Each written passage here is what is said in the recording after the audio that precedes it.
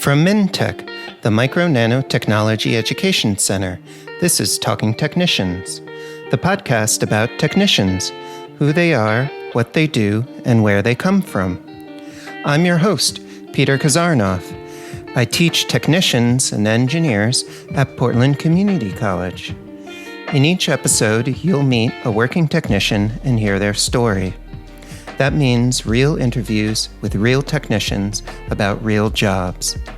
At the end of each episode, you'll hear actions you can take if you want to be a technician too. In this episode, you'll meet Janaki. Janaki is an equipment engineering technician at Analog Devices in Beaverton, Oregon, outside Portland. Janaki, welcome to Talking Technicians. Hi, Peter. I'm glad to be here. Thanks so much for joining us. So, Janaki, you work at Analog Devices in Beaverton, Oregon. Do you live around there too? Yeah, I actually live in Portland. I just moved here from Beaverton, about 5 minutes away from the fab, but I'm still about 20 minutes away, so pretty close. So you live pretty close there. And did you grow up in the Portland area? I did. I've lived here my entire life. And tell me about where you work. You're an equipment engineering technician. What's an equipment engineering technician, and what do they do day to day at Analog Devices? So what I do day to day is perform preventative maintenance on the machines and also do recoveries and repairs on the machines when they need it. A lot of troubleshooting goes along with that as well. So you work with a bunch of equipment, and then you said that Analog Devices has a fab. Could you explain what a fab is? What does that mean for somebody that doesn't work in the semiconductor industry? Oh, sure. It's a factory that makes micro chips, basically. They have big machines that process wafers that have lots of little chips on them, and then they sell them individually to companies. And so some of the work that you do produces those chips. How do those chips help your community or help other people out there? Why is it important that we're making these? They're pretty much everything that we do in modern society, like electric cars, self-driving, even the Fitbit watches that we wear. It's all a part of it. So these chips are really important just for every part of kind of society to work together. So would you be willing to provide a ballpark salary for your job as a starting technician at Analog Devices, or if somebody went somewhere else in the semiconductor industry? Yeah. So that's kind of what attracted me to it. On the PCC website, it gives like a range of 55,000 a year up. And from my experience and everybody else that I know, that's right on target. So with that as a starting salary, are there opportunities for professional growth at Analog Devices? Absolutely. They work to keep us educated and give us opportunities for promotions in the technician's role, or sometimes people will grow into like management and supervisor. But especially where I work, it's like a family vibe. So everybody's really rooting for each other to move up. So it must feel good to be in that work environment, that it sort of feels like a family altogether. Oh, yeah. I wasn't expecting that at all, actually. So I really like that. Janaki, do you remember what it felt like your first day of work? What did it feel like the first day that you went into the fab? It was so overwhelming. It felt like a maze, and everything makes noise. Everything is beeping. It's a good beep or a bad beep, you know. There's the normal beeps and there's the alarm beeps that say I need your help. So when there's hundreds of tools all doing that and you're walking and nothing's like in a straight path, I was pretty overwhelmed the first week. It took about 2 months just to even learn pathways through the fab. So it sounded a little bit overwhelming, and that there's just lots of sensory input, like that very first time you get everything's ooh, shiny. And Janaki, how does it feel now when you go into work? Do you have that same feeling? No, actually, I think it's awesome. It's like we get to use all the back hallways behind the machines. They call it a bay and a chase. So we take the chase secret passageways, I like to think of it, through the fab. So I know all the shortcuts from one area to another. And I actually think that's really fun. So, Janaki, you talked about like the bay and the chase. Why are there sort of like these two different areas of the fab? What's the purpose of that?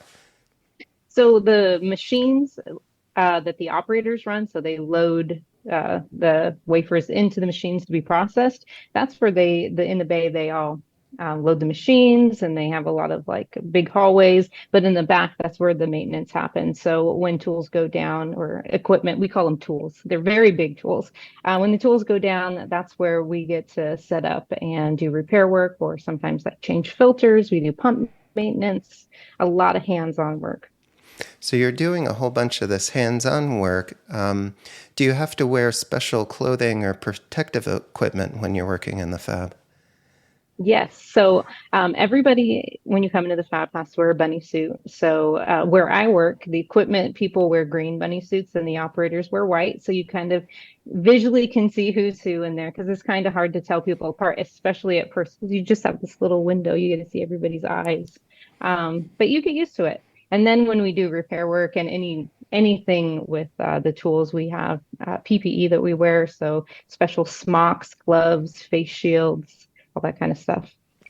Janaki, do you do work in shifts or do you have a 9 to 5 day schedule, 5 days a week? Oh, so I work shift work. So I work 3 on, 3 off, 4 on, 4 off. And that was probably one of the biggest things for me to get used to in the job because I've always worked in like a 9 to 5 before. So I wasn't prepared for how tired I would be after work. And not necessarily even physically, it's mentally tiring to work for 12 hours a day because you have to be on like on you why isn't this working, what could it be, and you're working with teammates who they have ideas, and so a lot of collaboration happens. So at the end of 12 hours you're like, wow, that went by and it felt like 1 hour, but I feel like I've been up for 36 hours. That kind of thing. So it sounds like work is always stimulating and that can get tiring at the end of the day. Yeah, yeah. If you stay late, are there opportunities to be paid overtime? Yes, we don't really stay late. I think that the limit is 13 hours a day, but there is opportunity to do overtime. Like you can add extra days on the other side of the week. But built into the way we're paid, we get overtime after 10 hours every day. And then on days where we're 4 days in a row, the fourth day is all overtime. So the ability to make money as a technician is huge because if you have the energy and the availability to work more, they'll pay you. So, in addition to pay, does analog devices help out with things like healthcare or retirement? Oh, yeah, that was another huge thing. Before I worked here, I worked for a small business for 15 years, and small businesses don't always have the best benefit packages. So coming to a huge corporation, I was pretty much blown away by the health, vision, dental. We get all this PTO, 401k matching, tuition reimbursement. They really take care of you and want you to stay. So, Janaki, let's kind of switch gears and talk about how you got to where you are now. You mentioned that you worked for a small business beforehand. What was your work experience before your current role? So I actually have a 4 year degree in economics, and during and after that, I worked for a small business here in Portland and in an office, just doing office work, which was a good experience. I love the people, but after 15 years, it got a little boring, and there was definitely a pay ceiling there. So my husband actually was a technician at Intel at the time, and we decided I think I want to go back to school. And in pretty much in like a day's time, I started researching PCC. I saw there was an informational Zoom meeting because it was still during COVID. I logged in that night, registered the next day, and started classes in like 3 weeks from there. It just happened like that. Wow, what a whirlwind. So you Yeah. enrolled at Portland Community College in the MT program. Could you Mhm. briefly describe what does MT stand for and what do you learn in that program? So it's a microelectronics program. The first year, I think, is more like electronics basics. You have to take physics, chemistry. There's a lot of math to do. And then the second year program is more hands-on. We do a lot of lab work. They actually have tools in the lab to work on. So you have an understanding of how tools work, what they look like, what you'd even be looking at, because it is pretty unfamiliar unless you um, know what's happening. Like before I met my husband, I didn't even know this career path existed. But I'm so glad I found it because I'm definitely the kind of person who needs that kind of stimulation. And so I'm never bored at work. Janaki, what was the hardest part of school for you? You were going back to school after you were in the workforce for a while. What was difficult? So for the first few terms, I was working the previous job and going to school full time. So time management is huge. I felt like I had to give up a lot to be able to do both. But I knew it'd be worth it. And I took one term where I just went to school. But then through PCC, they have an excellent how do I say this? There's a lot of resources to get you into semiconductor, even while you're still in school. So I started an apprenticeship with Lam Research and was working just two 12-hour shifts, just even learning how to be in a fab while going to school. So it was just, it felt like I was living semiconductor all the time. I like went to school and learned about it. I went to work and did it. Me and my husband talk about it all the time. It's just, that was a lot. And so coming out through that into the end of it and having weekends again, it's just been amazing. So, as part of your community college program, you actually stepped into a fab and worked in a fab while you were in Yeah. school. That's pretty Yeah. amazing. Yeah. How did community college prepare you for where you are now? I would say, I mean, I didn't I didn't really know anything about what even semiconductor was, what the industry was like. So working in the labs with groups of people, with some of the instructors have worked for semiconductor companies. So that gave me a window into what it would be like, which was very helpful. And then also getting hooked up with the apprenticeship with Lam, then I started understanding, oh, this is like what they do. Because Lam is a capital supplier for semiconductor companies. They build and sell the tools that they sell to Intel and Analog and that kind of thing. So, you were interning or working as an apprentice at the company that then sells the equipment to the company that you work for now. That's kind of neat. Yes, exactly. Yeah. So, what's something unexpected about working as a technician that you only learned after you started? Um, I didn't, I guess it's like how do I say this? Not so much the work, the hands-on work, because we did a lot of that in the lab, but the interpersonal relationships that you have with people in your group. So they separate the fab into areas depending on what the tools do. So I work on tools that are like single wafer wet clean tools. So they process wafers one at a time with acid. So how they separate the techs up is that there's a group of like six of us that work on the back ends of the week. And I spend 12 hours a day with these people. And as you would expect, we're all very close now. And I have lifelong friends for sure. So that brings up a good point about working in the fab, and that's communication. Besides talking with folks that you work with, how else do you communicate in the fab? We do a lot of written communication. Everything that we do with the tools as far as repair work and preventative maintenance is recorded in the computer system. So, and that is goes up to the engineers and then our management. So a lot of technical data has to be transcribed that way and it has to be correct. You have to be able to write in full sentences that make sense so you can explain the troubleshooting steps that you've already taken. Because a lot of times you don't get to fix the problem. You just get so many steps in and you're like, well, I know it's not these things and here's why I know. And then you pass it down to the night shift guys and then they can go look at it and they get to do their troubleshooting steps. And sometimes it comes back to you the next morning. But it's definitely a lot of teamwork. So you have to have a really good handle on written communications. So, having both verbal and written communication and being able to be both a good listener and being able to be a good reader, all of those things sound like they're important. Absolutely. Yeah. Being able to comprehend, do it, and then explain what you did to the next group of people coming in is like the crux of the job, pretty much.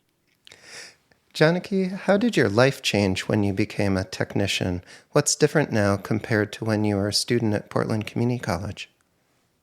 Well, I make more money, of course, but I would say it has really given me a sense of purpose. I feel like I do things that affect how things work at my job. Even though I'm just a cog in the machine, when I'm there, I get to bring tools up and fix them. And just there's a really good sense of accomplishment at the end of the day when you fix something and you're like, I made that work. And now it can make more chips.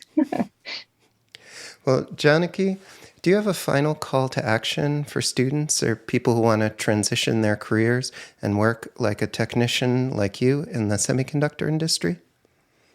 Yeah, I would say that don't wait. For me, I came into this older. I had already been to college, had an adult job, and I knew that job wasn't for me anymore. And so I just did it. And I'm so happy that I did.